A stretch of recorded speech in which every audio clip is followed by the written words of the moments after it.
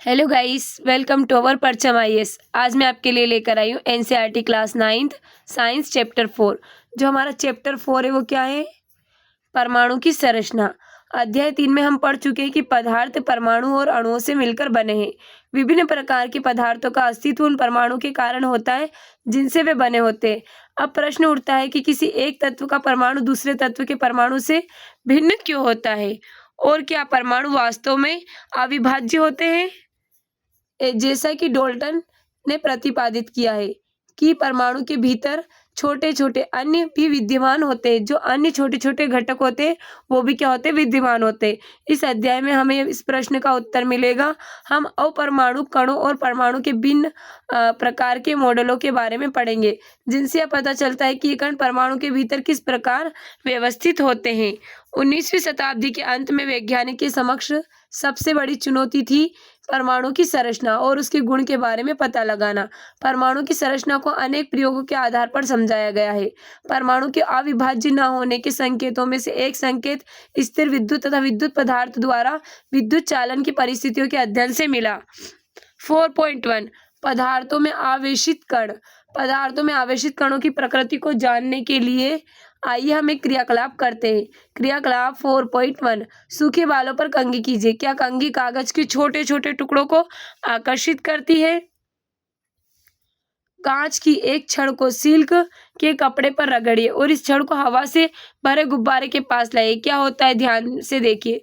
इन क्रियाकलापों से आप यह निष्कर्ष निकाल सकते हैं कि दो वस्तुओं को आपस में रगड़ने से हमें विद्युत आवेश आ जाता है। यह आवेश कहाँ से आता है? इसका उत्तर तब मिलता है जब यह पता चलता है कि परमाणु अविभाज्य और आवेशित कणों से बना है।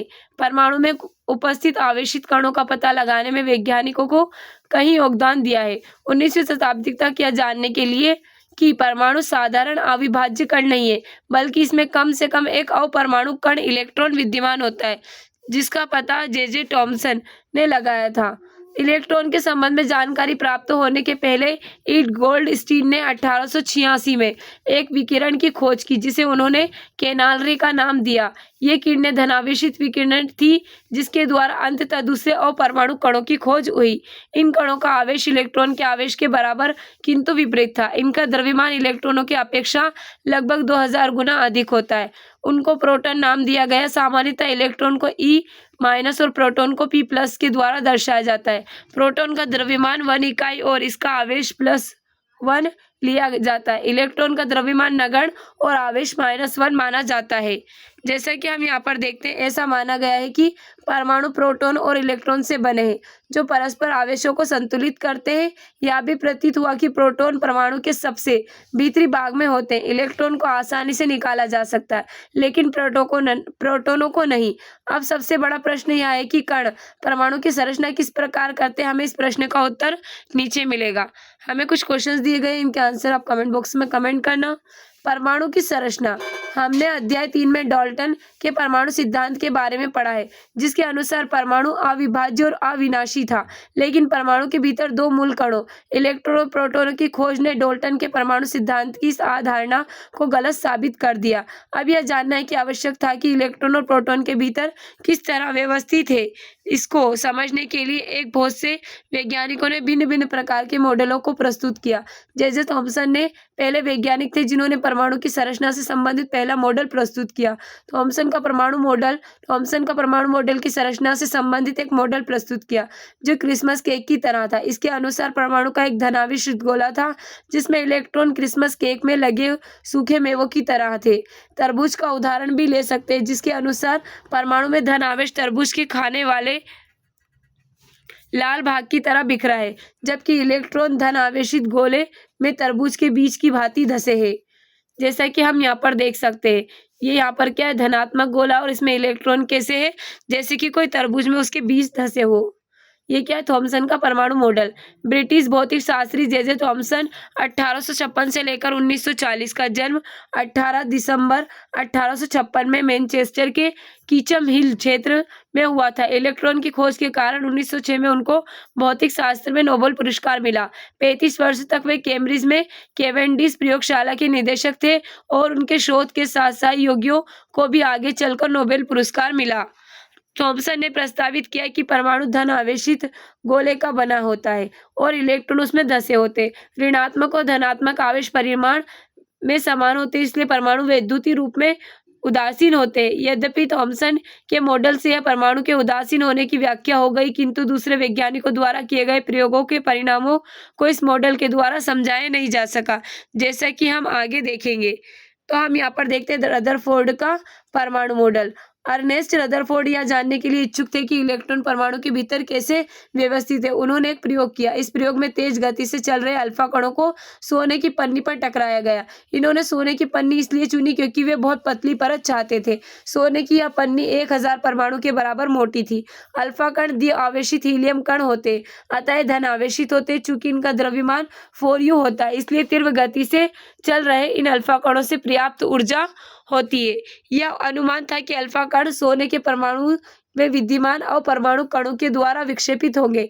चूंकि अल्फा कण प्रोटॉन से बहुत अधिक भारी थे, इसलिए उन्होंने इनके अधिक विक्षेपण की आशा नहीं की थी।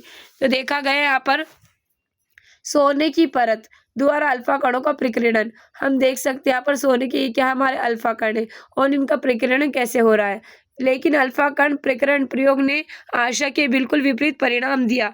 इससे निम्नलिखित परिणाम मिले। तेज गति से चल रहे अधिकतर अल्फा कण सोने की पन्नी से सीधे निकल गए। कुछ अल्फा कण पन्नी के द्वारा बहुत छोटे कोण से विक्षेपित हो गए। आश्चर्यजनक रूप से प्रत्येक 12,000 कणों में से एक कण वापस आ गया। रदरफोर्ड के अनुसार यह परिणाम उसी प्रकार अविश्वसनीय था जैसे अगर आप एक 15 इंच के तोप के गोले को टिश्यू पेपर के टुकड़े पर मारते हैं और वह लौटकर आपको ही चोट पहुंचाता है। ई रदरफोर्ड 1871 से 1937 का जन्म 30 अगस्त 1871 में स्प्रिंग ग्रोव में हुआ था। उनको नाभिक की भौतिक का जनक माना जाता था। रेडियोधर्मिता पर उनके योगदान सोने की पन्नी द्वारा परमाणु के नाभिक की खोज के लिए बहुत प्रसिद्ध हुए। 1908 में उनको नोबेल पुरस्कार भी मिला। इस प्रयोग के निष्कर्ष को समझाने के लिए खुले मैदान में क्रियाकलाप करते हैं। मान लें कि एक बच्चा अपनी आंखों को बंद किए हुए एक दीवार के सामने खड़ा है। उसे दीवार पर कुछ दूरी से पत्थर फेंकने को कहें। प्रत्येक पत्थर की दीवार से टकराने के साथ ही वह एक आवाज सुनेगा। अगर वह इसे 10 बार दोहराएगा तो वह 10 बार आवाज सुनेगा। लेकिन जब आंख किया हुआ बच्चा तार से घिरी हुई 4 दीवारी पर पत्थर फेंकेगा तो अधिकतर पत्थर उस घेरे पर नहीं टकराएंगे और कोई आवाज सुनाई नहीं पड़ेगी, क्योंकि घेरे के बीच बहुत सारे खाली स्थान है जिनके बीच से पत्थर निकल जाता है। इसी तर्क के अनुसार अल्फा कण प्रकीर्णन के प्रयोग के आधार पर रदरफोर्ड ने निम्न परिणाम निकाले। परमाणु के भीतर का अधिकतर भाग खाली है, क्योंकि परमाणु अधिकतर अल्फा कण बिना विक्षेपित हुए सोने की पन्नी से बाहर निकल जाते हैं। बहुत कम कण अपने मार्ग से विक्षेपित होते हैं, जिससे यह ज्ञात होता है कि परमाणु में धन आवेशित भाग बहुत कम है। हम अल्फा कण 180 डिग्री पर विक्षेपित हुए थे, जिससे संकेत मिलता है कि सोने के परमाणु का पूर्ण धन आवेशित भाग द्रव्यमान परमाणु के भीतर बहुत कम आयतन में सीमित है। प्राप्त आंकड़ों के आधार पर उन्होंने यह निष्कर्ष निकाला कि नाभिक की त्रिज्या परमाणु की त्रिज्या से 10⁵ गुना होती है। अपने प्रयोगों के आधार पर रदरफोर्ड ने परमाणु का नाभिकीय मॉडल प्रस्तुत किया, जिसके निम्नलिखित लक्षण है। परमाणु का केंद्र धन आवेशित होता है, जिसे नाभिक कहा जाता है। एक परमाणु का लगभग संपूर्ण द्रव्यमान नाभिक में होता है। इलेक्ट्रॉन नाभिक के चारों ओर वर्तुलाकार भाग में चक्कर लगाते हैं। नाभिक का आकार परमाणु के आकार की तुलना में काफी कम होता है। रदरफोर्ड के परमाणु मॉडल की कमियां: वर्तुलाकार मार्ग के चक्कर करते हुए इलेक्ट्रॉन का स्थायी हो पाना संभावित नहीं है। कोई भी आवेशित कण गोलाकार कक्ष में त्वरित होगा। त्वरण के दौरान आवेशित कणों से ऊर्जा का विकिरण होगा। इस प्रकार स्थायी कण घूमता हुआ इलेक्ट्रॉन अपनी ऊर्जा विकिरण करेगा और नाभिक से टकरा जाएगा। अगर ऐसा होता है तो परमाणु अस्थिर होगा, जबकि हम जानते हैं कि परमाणु स्थायी होते हैं। बोर का परमाणविक मॉडल: रदरफोर्ड मॉडल पर उठी आपत्तियों को दूर करने के लिए नील्स बोर ने परमाणु की संरचना के बारे में निम्नलिखित अवधारणाएं प्रस्तुत की। इलेक्ट्रॉन के केवल कुछ निश्चित कक्षाओं में ही चक्कर लगा सकते हैं, जिन्हें इलेक्ट्रॉन की विविक्त कक्षा कहते हैं। जब इलेक्ट्रॉन इस विविक्त कक्षा में चक्कर लगाते हैं तो उनकी ऊर्जा का विकिरण नहीं होता है। नील्स बोर 1885 से लेकर 1962 तक। जन्म 7 अक्टूबर 1885 में कोपेनहेगन में हुआ था। 1916 में कोपेनहेगन विश्वविद्यालय में उनको भौतिक शास्त्र का प्रोफेसर नियुक्त किया गया। 1922 में उनको परमाणु की संरचना पर अपने योगदान के लिए नोबेल पुरस्कार मिला। प्रोफेसर बोर के विविध लेखों पर आधारित 3 पुस्तकें प्रकाशित हुई। The theory of spectra and atomics constitutions atomic theory और the description of nature, ये तीनों पुस्तकें यहाँ पर से प्रकाशित हुई। अब हम देखते हैं कक्षाओं या कोशों को ऊर्जा स्तर कहते हैं। में एक परमाणु ऊर्जा स्तरों का दिखाया गया है। अब हम यहाँ पर देख सकते हैं किसी परमाणु में कुछ ऊर्जा स्तर, जैसे कि हमको दिखाई दे रहा है कक्ष N इज इक्वल टू 4, कक्ष M N is equal to 3, कक्ष L N is equal to 2, कक्ष K N is equal to 1। और ये क्या होता है, नाभिक। किसी परमाणु के कुछ स्तर है यहाँ पर। ये कक्षाएं या कोश K L M N यह संख्या 1 2 3 4 के द्वारा दिखाई जा सकती है। अब हमें यहाँ कुछ क्वेश्चन दिए गए, इनके आंसर आप कमेंट बॉक्स में कमेंट करना। अब हम देखते हैं न्यूट्रॉन। 1932 में चैडविक ने एक अपरमाणु कण को खोज निकाला जो अनावेशित द्रव्यमान में प्रोटॉन के बराबर था। अंततः इसका नाम न्यूट्रॉन पड़ा। हाइड्रोजन को छोड़कर ये सभी परमाणु के नाभिक में होते। सामान्यतः न्यूट्रॉन N से दर्शाया जाता है। परमाणु का द्रव्यमान नाभिक में उपस्थित प्रोटॉन न्यूट्रॉन के द्रव्यमान के योग के द्वारा प्रकट किया जाता है, जैसा कि हम यहाँ पर देख सकते हैं।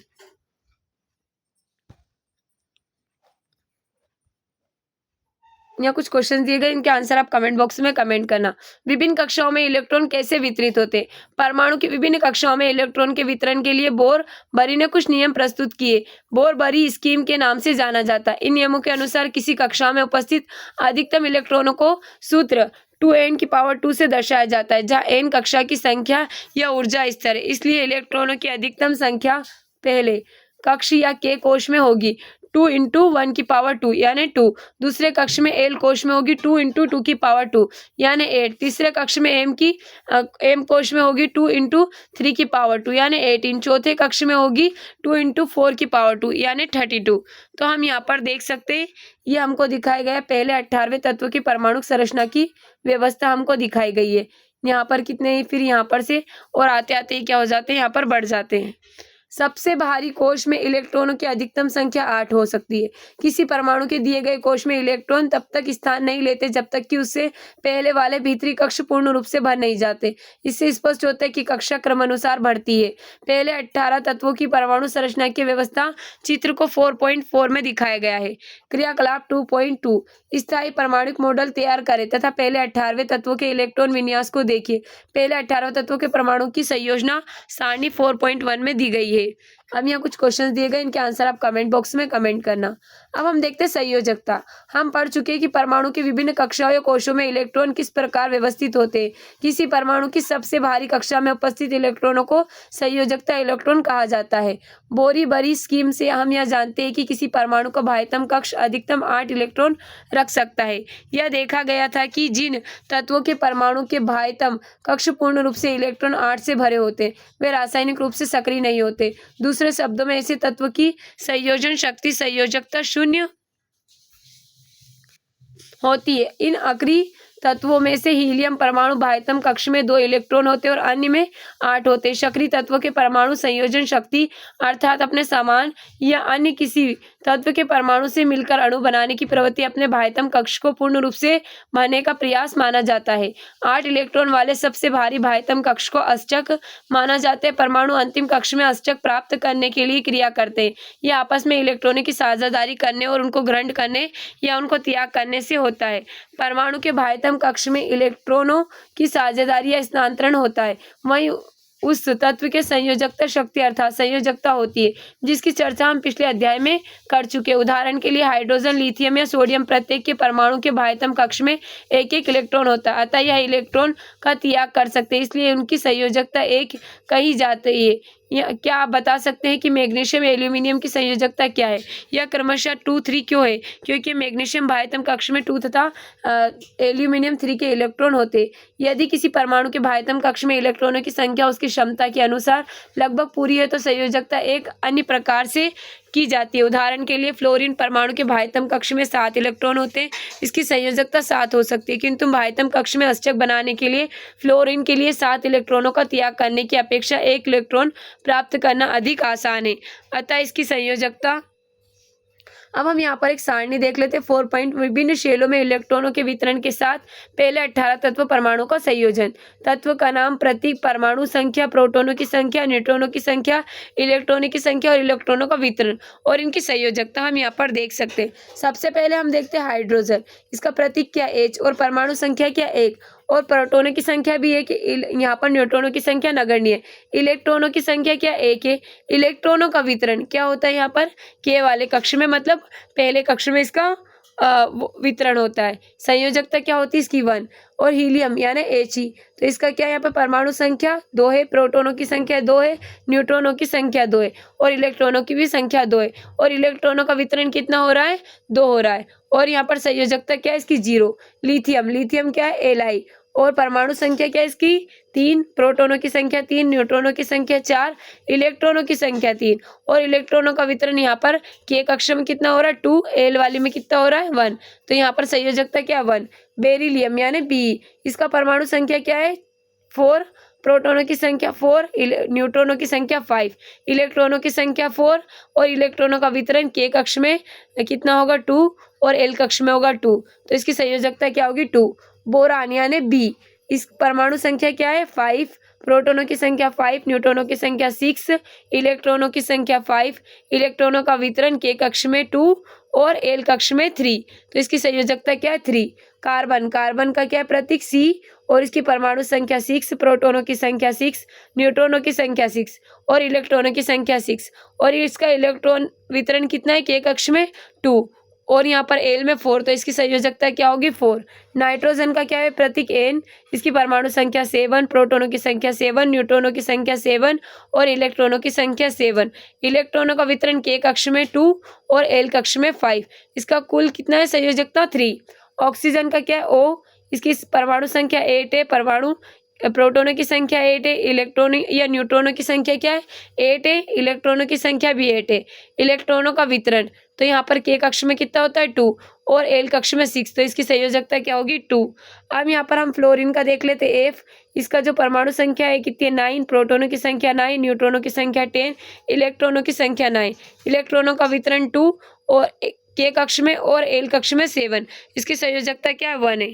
अब हम आगे देखते हैं नियोन का क्या है यहाँ पर Na, इसकी कितनी है यहाँ पर 10 और यहाँ पर 10, यहाँ पर भी 10 और यहाँ पर 10 और इसकी K कक्ष में 2 और L कक्ष में 8, यानी संयोजकता 0। सोडियम का प्रतीक क्या है Na, अब यहाँ पर देख सकते हैं हम यहाँ पर 11, यहाँ पर कितना है 11 और यहाँ पर 12, यहाँ पर 11 और इसकी K कक्ष में कितने वितरण 2 और यहाँ पर 8 और यहाँ पर 1 और इसकी संयोजकता क्या 1। मैग्नीशियम का Mg 12 12 12 12 और यहाँ पर 1 K कक्ष में कितनी है 2 और 8 और यहाँ पर 2, इसकी संयोजकता क्या हो जाएगी 2। एल्यूमिनियम का Al 13 13 14 13 2 8 3 3। सिलिकॉन का देख सकते हैं हम Si 14 14 14 14 और यहाँ पर जो इसका वितरण कितना है 2 8 4, यानी संयोजकता 4। फास्फोरस का Pa प्रतीक 15 15 16 15 2 8 5, यानी 3 और 5। सल्फर का क्या है प्रतीक S और यहाँ पर क्या है इसका 16 है, 16 16 16 और 2 8 6 और इसकी संयोजकता कितनी है 2। एक क्लोरीन का क्या है Cl और इसका यहाँ पर प्रोटीन कितना है 17 और यहाँ पर क्या है इसका 17 18 17 2 8 7 और 1। ऑर्गन का क्या Ar 18 18 22 18 2 8 8 और इसकी संयोजकता क्या है 0। तो हम यहाँ पर देख सकते हैं अष्टक 8 में से 7 घटाकर प्राप्त की जाती है और इस तरह के फ्लोरीन की संयोजकता 1 है। ऑक्सीजन की संयोजकता का परिकलन इसी प्रकार किया जा सकता है। इस परिकलन से ऑक्सीजन की संयोजकता कितनी होती है। अतः प्रत्येक तत्व की परमाणु की एक संयोजन शक्ति होती है जिसे हम संयोजकता कहते हैं। पहले 18 तत्वों की संयोजकता सारणी 4.1 के अंतिम स्तंभ में दी गई है। क्लोरीन सल्फर मैग्नीशियम परमाणु की संख्या, आप इनकी संयोजकता कैसे प्राप्त करेंगे, इस क्वेश्चन का आंसर आप कमेंट बॉक्स में कमेंट करना। अब हम आगे देखते हैं परमाणु संख्या तथा द्रव्यमान। परमाणु संख्या, हम जानते हैं कि परमाणु के नाभिक में प्रोटॉन विद्यमान होते हैं। एक प्रोटॉन में उपस्थित प्रोटॉनों की संख्या उसकी परमाणु बताती है, जिसे जेड द्वारा दर्शाया गया है। किसी तत्व के सभी अणु परमाणु संख्या जेड समान होती है। वास्तव में तत्वों को उनके विद्यमान प्रोटॉनों की संख्या से परिभाषित किया जाता है। हाइड्रोजन के लिए जेड इज इक्वल टू 1, क्योंकि हाइड्रोजन परमाणु के नाभिक में केवल एक प्रोटॉन होता है। इसी प्रकार कार्बन के लिए जेड इज इक्वल टू 6। इस प्रकार के परमाणु के नाभिक में उपस्थित प्रोटॉनों की कुल संख्या को परमाणु संख्या कहते हैं। द्रव्यमान संख्या। एक परमाणु के अपरमाणु कणों के अध्ययन के बाद हम निष्कर्ष पर पहुंच सकते हैं कि व्यवहारिक रूप में परमाणु का द्रव्यमान उसमें विद्यमान प्रोटॉन और न्यूट्रॉनों के द्रव्यमान के कारण होता है। ये परमाणु के नाभिक विद्यमान होते हैं, इसलिए इन्हें न्यूक्लियॉन भी कहते हैं। परमाणु का लगभग संपूर्ण द्रव्यमान उसके नाभिक में होता है। उदाहरण के लिए कार्बन का द्रव्यमान 12U, क्योंकि इसमें 6 प्रोटॉन और 6 न्यूट्रॉन होते हैं। 6U plus 6U is equal to क्या होता है 12। इसी प्रकार एल्यूमिनियम का द्रव्यमान 27U है। 13 प्रोटीन और 14 न्यूट्रॉन। एक परमाणु के नाभिक में उपस्थित प्रोटॉन और न्यूट्रॉनों की संख्या के योग को द्रव्यमान कहा जाता है। किसी परमाणु को दर्शाने के लिए परमाणु संख्या, द्रव्यमान संख्या और तत्व का प्रतीक इस प्रकार से लिखा जाता है। द्रव्यमान संख्या, तत्व का प्रतीक और परमाणु संख्या। जैसे यहाँ कुछ क्वेश्चन दिए गए, इनके आंसर आप कमेंट बॉक्स में कमेंट करना। अब हम देखते हैं समस्थानिक। प्रकृति में कुछ तत्वों के परमाणु की पहचान की गई है जिनको परमाणु संख्या समान लेकिन द्रव्यमान अलग अलग होती है। उदाहरण के लिए हाइड्रोजन परमाणु को ले, इसके 3 परमाणु स्पेसीज होते हैं। प्रोटेमियम क्या होता है 1H1 यानी ड्यूरेडियम यानी 21H या D। ट्राइटियम यानी 3H1 या T। प्रत्येक परमाणु संख्या समान लेकिन द्रव्यमान क्रमशः भिन्न भिन्न 1, 2 और 3। इस तरह के अन्य उदाहरण है 1 कार्बन, यहाँ पर हम कैसे लिख सकते हैं 12C6 और 14C6।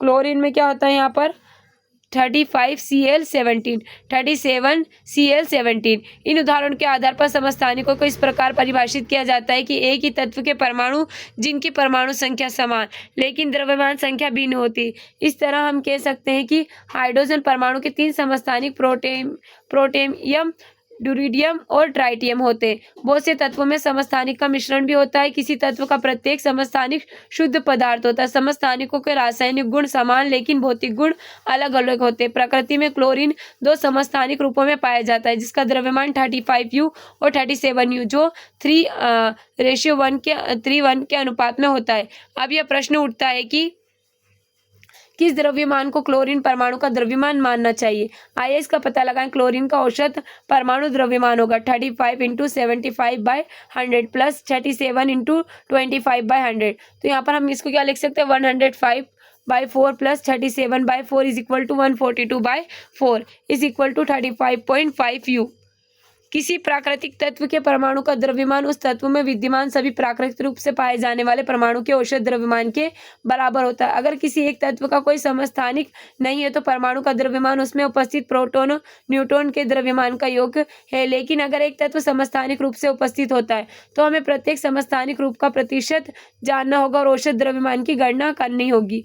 इसका मतलब यह नहीं है कि क्लोरीन के परमाणु का द्रव्यमान एक भिन्नात्मक संख्या 5.5U है। इसका तात्पर्य हुआ कि अगर हम क्लोरीन की कुछ मात्रा लेते हैं तो क्लोरीन के समस्थानिक होंगे, औसत द्रव्यमान 30.5U होगा। समस्थानिकों के अनुप्रयोग। कुछ समस्थानिकों के विशेष गुण होते हैं जिनका उपयोग हम विभिन्न क्षेत्रों में करते हैं। उनमें से कुछ निम्नलिखित है। जैसा हम देखते हैं यूरेनियम एक समस्थानिक का उपयोग परमाणु भट्टी में ईंधन के रूप में होता है। कैंसर के उपचार में कोबाल्ट के समस्थानिक का उपयोग होता है। घेंगा रोग के इलाज में आयोडीन के समस्थानिक का उपयोग होता है। समभारिक। 2 तत्वों के कैल्शियम परमाणु संख्या 20 और आर्गन परमाणु संख्या 18 के बारे में विचार कीजिए। परमाणु में प्रोटॉन की संख्या भिन्न भिन्न है। दोनों तत्वों की द्रव्यमान संख्या 40 है, यानी तत्वों के इस जोड़ के अणुओं को कुल न्यूक्लियॉनों की संख्या समान है। अलग अलग परमाणु संख्या वाले तत्वों को जिनकी द्रव्यमान संख्या समान होती है समभारिक कहा जाता है। यहाँ कुछ क्वेश्चन दिए गए, इनके आंसर आप कमेंट बॉक्स में कमेंट करना। अब हम देखते हैं हमने इस चैप्टर में क्या सीखा। इलेक्ट्रॉन प्रोटॉन की खोज क्रमशः जे थॉमसन, ई गोल्डस्टीन ने की है। जे थॉमसन के यह प्रस्तावित किया था कि इलेक्ट्रॉन धनात्मक गोले में धंसे होते हैं। रदरफोर्ड के अल्फा कणों के प्रकीर्णन प्रयोग ने परमाणु केंद्रक की खोज की। रदरफोर्ड के परमाणु मॉडल ने प्रस्तावित किया कि परमाणु के अंदर बहुत छोटे केंद्रक होते और इलेक्ट्रॉन केंद्रक के चारों ओर घूमते। परमाणु की स्थिरता इस मॉडल से व्याख्या नहीं की जा सकी। नील बोर द्वारा दिया गया परमाणु का मॉडल अधिक सफल रहा। उन्होंने प्रस्तावित किया कि इलेक्ट्रॉन केंद्रक के चारों निश्चित ऊर्जा के साथ अलग अलग कक्षाओं में वितरित है। अगर परमाणु की सबसे भारी कक्षाएं भर जाती है तो परमाणु स्थिर होगा, कम क्रियाशील होगा। जे चैडविक ने परमाणु के अंदर न्यूट्रॉनों की उपस्थिति को खोजा। इस प्रकार परमाणु के 3 अपरमाणु कण हैं, इलेक्ट्रॉन, प्रोटॉन और न्यूट्रॉन। इलेक्ट्रॉन ऋण आवेशित होते, प्रोटॉन धन आवेशित होते और न्यूट्रॉन अनावेशित होते। इलेक्ट्रॉनों का द्रव्यमान हाइड्रोजन परमाणु के द्रव्यमान 1/2000 गुणा होता है। प्रोटॉन न्यूट्रॉन में प्रत्येक द्रव्यमान एक इकाई लिया जाता है। परमाणु के कक्ष को KLMN या डैश जैसे नाम दिया गया है। संयोजकता परमाणु की संयोजक शक्ति है। एक तत्व की परमाणु संख्या केंद्रक में विद्यमान प्रोटॉनों की संख्या के बराबर होती है। परमाणु की द्रव्यमान संख्या केंद्रक में विद्यमान न्यूक्लियनों की संख्याओं के बराबर होती है। समस्थानिक एक ही तत्व के परमाणु हैं जिनकी द्रव्यमान संख्या भिन्न भिन्न होती है। समभारिक वे परमाणु जिनकी द्रव्यमान संख्या समान लेकिन परमाणु संख्या क्या होती है, भिन्न भिन्न होती है। तत्वों को उनके प्रोटॉनों की संख्या के आधार पर परिभाषित किया जा सकता है। अब हमें यहाँ कुछ क्वेश्चंस दिए गए, इनके आंसर आप कमेंट बॉक्स में कमेंट करना। उम्मीद है जो हमारा आज का चैप्टर आपको अच्छा लगा। अगर हमारा आज का चैप्टर आपको अच्छा लगा है तो इसी तरह के अपडेट के लिए हमारे चैनल को सब्सक्राइब करें और बेल आइकन को दबाना ना भूलें। Okay, thank you so much.